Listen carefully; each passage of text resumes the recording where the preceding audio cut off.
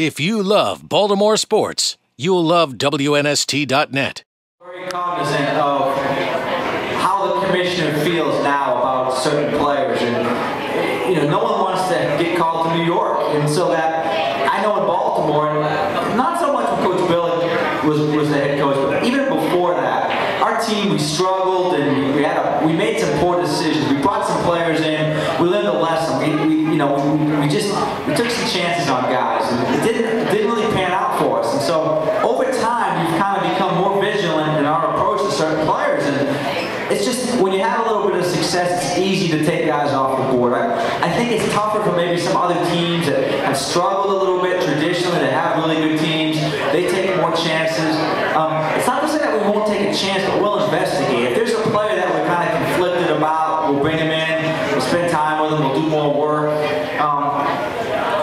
It seems to be that, like for instance, marijuana use, just in general, seems to be up. I mean, we have a lot of players this year that have tested positive. I don't even know about the compound. We haven't even found that out yet. But 15 years ago, it cost Warren Sapp millions of dollars that the marijuana allegations came out a couple days before the draft. He was a lottery pick that fell into the teens because there was a rumor around it, or a fact, or whatever it was, but that was an issue. I've told the story many times, and Eric was in the room, and I don't know if you'll remember that. First couple of years we were together, and Eric's first thing, they walk in, and Eric will sit there.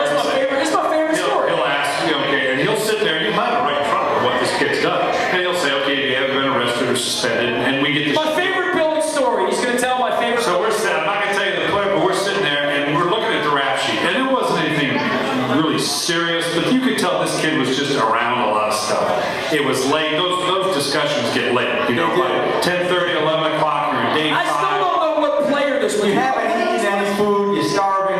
Do you know what player this was? Because he's never told me the player. I don't remember when but anyways, the kid sits down, and I said, look, we're tired. And I said, excuse me, Eric, son, I just want to know, I'm looking at your rap sheet here. Are you stupid, or are you just a thug? Which is it? And he paused, and he goes, are those my only choices?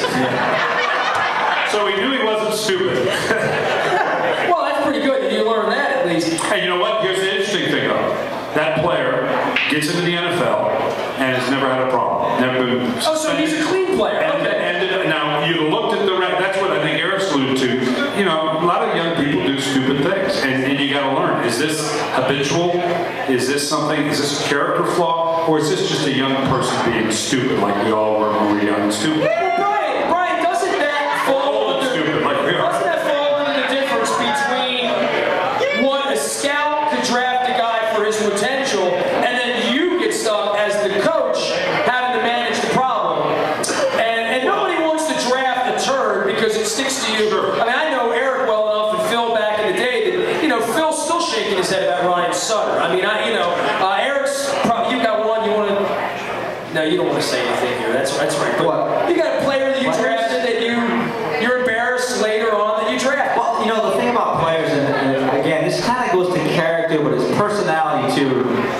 The more that I'm involved in the NFL, I think the personality of the player is really, really important. And I don't think necessarily as scouts we do enough. As area scouts, we've done enough. Like a guy like Jared Johnson, who has become a great player for us.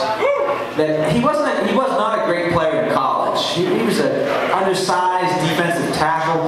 But what Jarrett had, what he has, and Kelly Gregg the same way, tremendous work ethic, toughness, discipline. They made themselves into great players. You may get another guy, I'm not going to name the other guy I'm thinking of, who we drafted just a few years ago. He's no longer with the team. All the physical tools in the world, but he was a wimp. He wasn't durable, he wasn't tough, he could flip his hips and do all these things, but he wasn't a football player. And in the end, all those qualities, it speaks to character too, but all those kind of things help you make a prediction about a player. If you know this guy is tough as nails, and he's been a team captain, and he's been started 4 years, and never missed a game, and played with a dislocated shoulder, all those kind of things help you make a prediction about a player. Brian Billick, Eric DeCosta, we're live at Padonia Station, so brought to you by Michelob Ultra. We'll come back to one more segment. We'll thank Terry Burgers from Vance Realty, Maryland Mutual Mortgage, and Fairgrounds Auto Body. We're out in Padonia tonight. I want to remind everybody, back at Padonia Station on NFL Draft Day. We're watching the birds out here. We're having a good time. We'll come back. Wrap things up with the coach and with Eric DeCosta live from Padonia Station right after this. If you love Baltimore sports, you'll love WNST.net.